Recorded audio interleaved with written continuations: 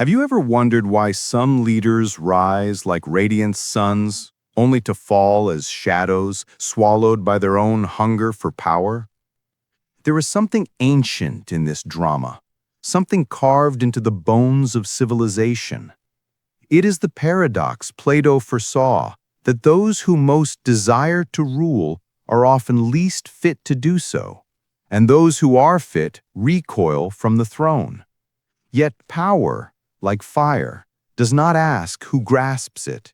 It consumes the hand that clutches too tightly, and it warms the one who understands its nature. A leader is not merely a person. A leader is an archetype, an image of the collective soul projected onto flesh and blood. Some rise as philosopher kings, disciplined by wisdom, guided by justice, shaped by the arduous pursuit of truth. Others emerge as tyrants, their souls enslaved to passions, their rule a theater of chaos. Citizens, too, are not passive bystanders. They are the chorus of this ancient play, either complicit in corruption through apathy or midwives of justice through vigilance. To govern, then, is not simply to wield authority. It is to wrestle with psychology itself, the dark and luminous impulses that drive humanity. Look at the citizen in the marketplace, seduced by silver-tongued promises. He demands freedom, but fears responsibility. He elevates the charming demagogue, unaware that charisma without virtue is poison. This is the forbidden psychology of power. Leaders are born not only from ambition, but from the unspoken desires of the crowd. Citizens project their hunger for security, their longing for certainty, onto one figure, and in doing so, they craft both their savior and their destroyer. Plato's dualism speaks here with haunting relevance. There are two realms, the world of appearances and the world of truth. Most citizens dwell in shadows, in the cave where flickering images deceive the eye. They take spectacle for substance, rhetoric for wisdom, and authority for justice. But the true leader, the philosopher, climbs beyond the cave into the light of the good. He sees governance not as possession, but as stewardship. He leads because he must, not because he craves. If you, citizen, place your fate in the hands of one who dwells only in shadows, you doom yourself to cycles of betrayal and despair. And yet, history teaches that even philosopher kings are rare. The human psyche is fragile, constantly tempted by excess, seduced by the illusion of invincibility. This is why the Stoics whispered their antidote. Seneca warned that power without self-mastery is merely gilded slavery. Marcus Aurelius, emperor and Stoic sage, reminded himself each dawn that he was not a god, but a man bound by duty. Epictetus, once a slave, taught that no one can truly command another until he first commands himself. Their wisdom pierced through the illusions of empire, showing that governance is not first about law, but about character. So ask yourself, what happens when a leader governs without inner discipline? He becomes the captive of his own rage, greed, or vanity. His laws serve his passions, not justice. His citizens, in turn, reflect his vices like a mirror. The corruption of the ruler seeps into the veins of the ruled. Citizens grow cynical, leaders grow despotic, and the cycle of decline begins. You too are part of this cycle. Your silence sustains the tyrant as much as your applause. But when a leader governs with stoic restraint, when he sees his power not as a crown, but as a chain of responsibility, the entire polis breathes differently. Citizens sense the gravity of justice in his words, the steadiness of self-control in his decisions. Power becomes not forbidden, but sanctified. Such a leader knows what Plato meant when he said the just ruler is the soul made visible. He embodies harmony, the balance of desire, spirit, and reason. And in this balance, citizens awaken to their own higher selves. Power, then, is never neutral. It is always psychological. It either elevates or corrodes. Leaders intoxicated by dominance become monsters wearing masks of kingship. Leaders disciplined by wisdom become healers of nations. And the citizens, yes, you, are both audience and author of this unfolding play. The forbidden psychology of power is that no leader rises alone. Every tyrant, every sage, every savior is conjured by the longings, fears, and choices of the people themselves. The forbidden psychology of power deepens when one sees that the citizen and the leader are bound in a silent covenant, woven not by ink on parchment, but by the invisible threads of human desire. Plato understood this long before modern psychology gave it language. The city, he wrote, is the soul writ large. Every vice and virtue of the people manifests in its rulers, and every corruption of leadership seeps back into the citizenry like poison into water. Governance is not mechanical, it is alchemical, the constant transmutation of private passions into public law. Consider the archetype of the tyrant. He begins not as a monster, but as a mirror. He reflects the fears of the people, their hunger for safety, their yearning for certainty. At first, he promises protection. Then, he demands obedience. Slowly, his soul becomes chained to ambition, his reason enslaved by appetites. He grows paranoid, for he knows his power rests not on virtue, but on manipulation.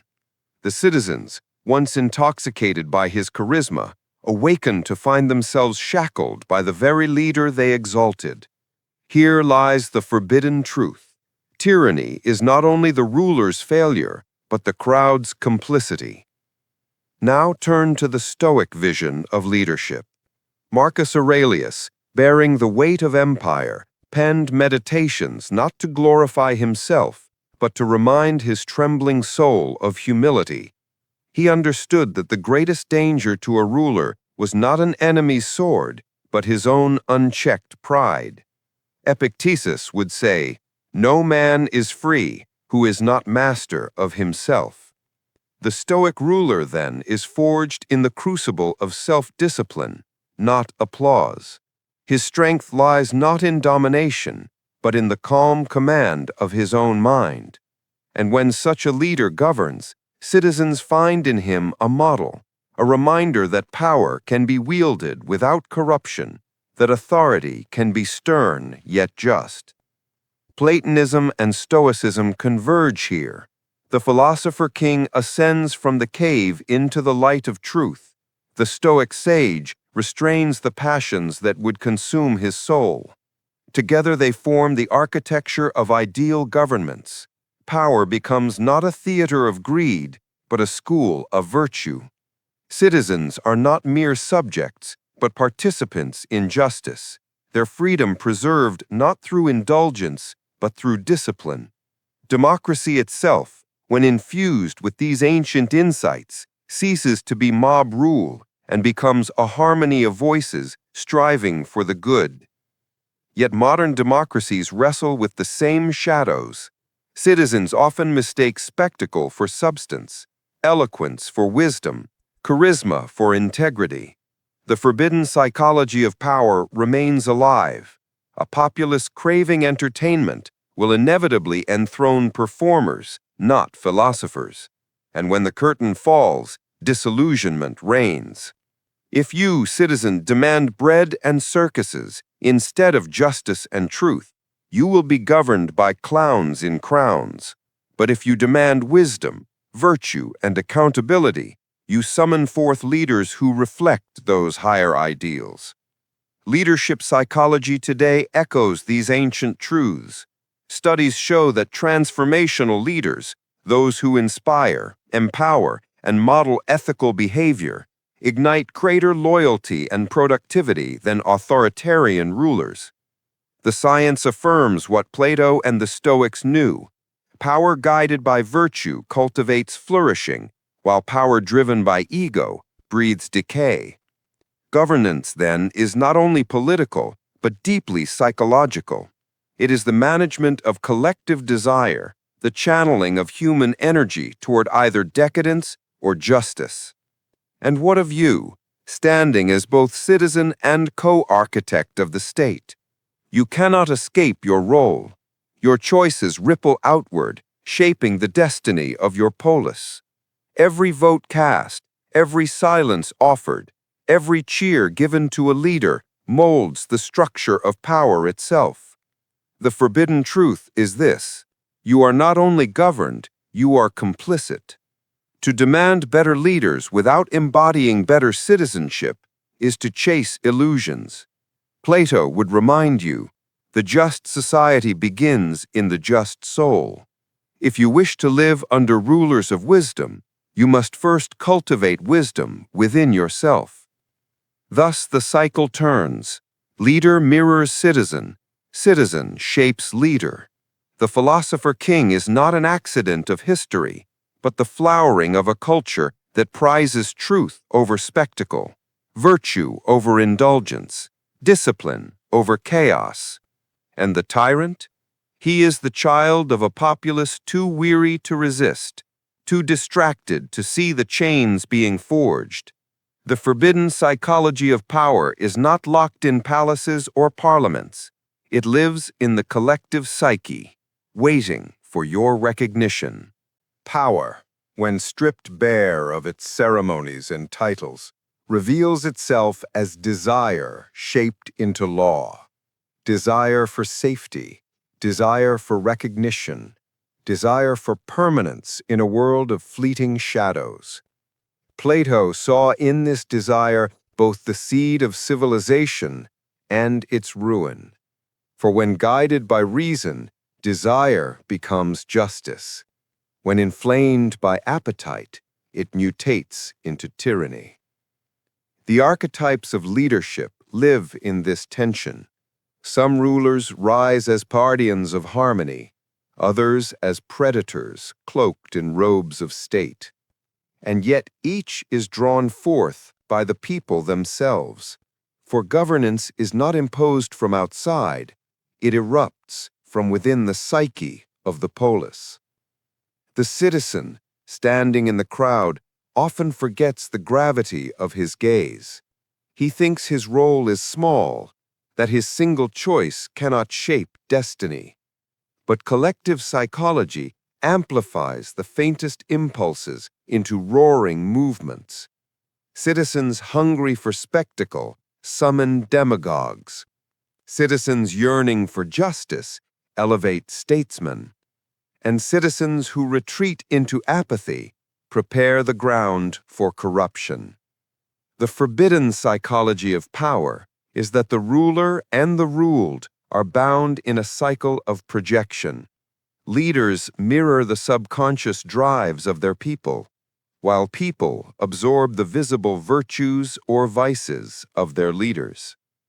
In this theater of governance, Stoicism enters as a counterweight, an anchor against chaos. Seneca counseled rulers to remember their mortality, to practice restraint, even when they could command armies. He reminded them that true greatness is not measured in conquest, but in self-control. Marcus Aurelius, ruling the vast Roman Empire, whispered to himself that anger, envy, and vanity were more dangerous than any barbarian horde.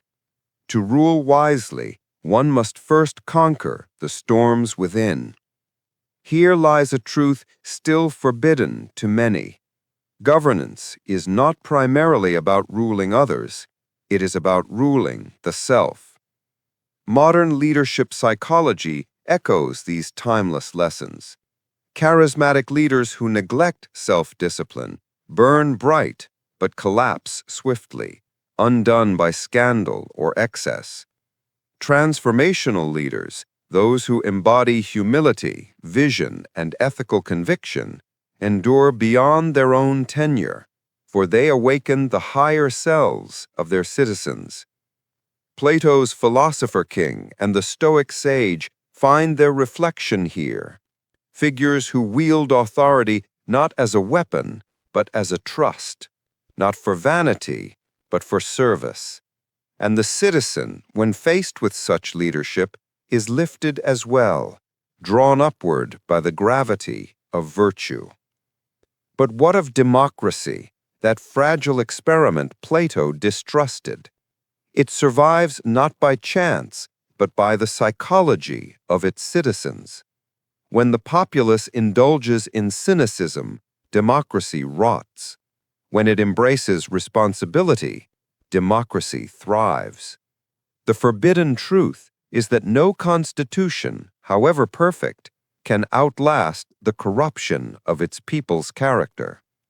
Plato's cave still casts its shadows, spectacle, propaganda, and deception, while the form of the good waits beyond. The question is whether citizens will choose the arduous climb upward or remain content with illusions. Leadership, then, becomes both a mirror and a lamp. As a mirror, it reflects the collective psyche. As a lamp, it illuminates paths unseen. The philosopher king reveals the heights of wisdom, showing what governance could be if aligned with justice. The Stoic ruler reveals the strength of restraint, proving that power need not corrupt. Both archetypes expose the citizen's own potential for discipline, courage, and truth. And here the forbidden psychology cuts deepest. You are not merely governed, you are called to govern yourself, for only the self-governed can sustain a just society. To understand power is to see that it is never neutral. It seduces, corrupts, redeems, and elevates, depending on the soul that wields it. Tyranny is born when desire outruns discipline. Justice is born when wisdom tempers ambition. The citizens and their rulers are bound together in a spiral of influence, shaping one another in cycles that can either decay into oppression or ascend toward harmony. Which path is chosen depends not on destiny, but on psychology, on the inner architecture of leader and led alike. When the architecture of power is examined with unflinching eyes, it reveals itself as a cathedral built not of stone, but of human impulses. Every institution, every law, every system of governance is scaffolding erected around the fragile yet potent core of psychology.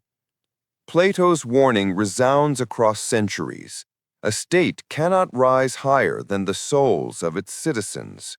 If reason governs desire within the individual, justice emerges in the city. If appetite and pride command the soul, the state mirrors that disarray. The forbidden psychology of power is that the fate of nations is nothing more than the magnified fate of their citizens' inner lives. Look closely at the leader enthroned before the people.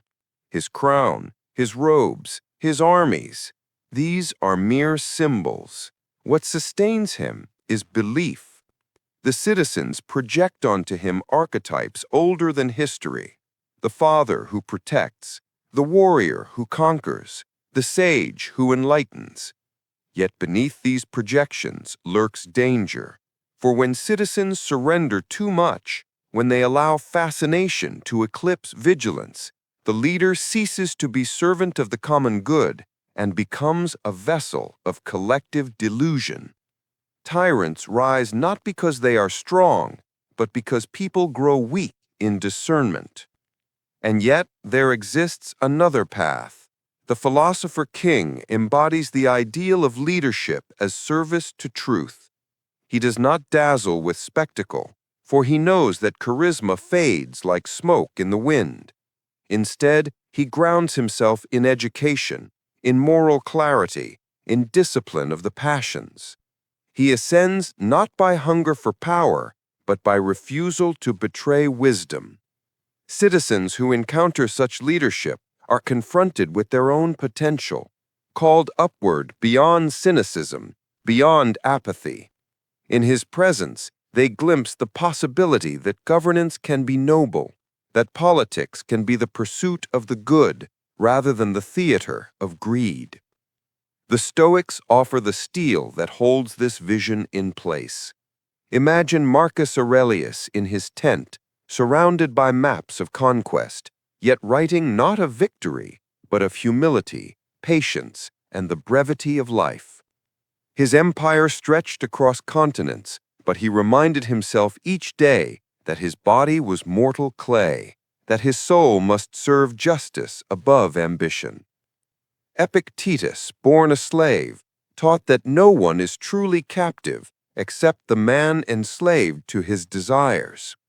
Seneca warned emperors that power intoxicates unless tempered by wisdom. These teachings reveal the forbidden essence. Leadership without self-mastery is ruin disguised as glory. Modern democracies echo these truths in secular language. Studies of leadership show that citizens rally not to tyranny, but to vision, not to arrogance, but to authenticity. The most effective leaders embody resilience, humility, and moral clarity, the very virtues the ancients extolled. Yet, democracy falters when citizens forget that their choices summon archetypes into power. Elect a demagogue, and you enthrone your own fears. Elevate a philosopher-statesman, and you awaken your higher ideals. Governance is never neutral. It is the mirror of the people's collective psyche, polished into law. And what of you standing in this moment of history? You may believe that power is distant, locked in palaces or parliaments.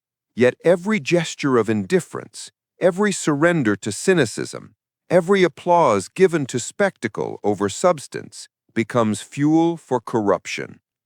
Conversely, every demand for justice, every act of accountability, every refusal to be deceived becomes mortar for the edifice of a just state. The forbidden psychology of power is this: nations do not simply happen to their people. People create them, breath by breath, choice by choice. In the end, governance is a drama where all are actors. The leader plays the role of king or tyrant, sage or deceiver. The citizens play the role of chorus, echoing or resisting the script. Together, they weave destiny. The philosopher king reminds us what governance could be when wisdom reigns. The Stoic ruler reminds us that restraint is greater than conquest. And the citizen, when awakened, reminds the world that justice is not merely an ideal, but a practice, alive in every decision. True power, then, is not forbidden to the few. It is distributed among all. It waits in the discipline of the soul, in the courage to demand justice, in the humility to serve the common good. Leadership without virtue is a shadow that devours. Leadership with virtue is a light that endures. And the citizen, ever watchful, must choose which flame to feed. Let us conclude with this question. As a leader, do you possess virtue? As a citizen, which flame would you choose to feed?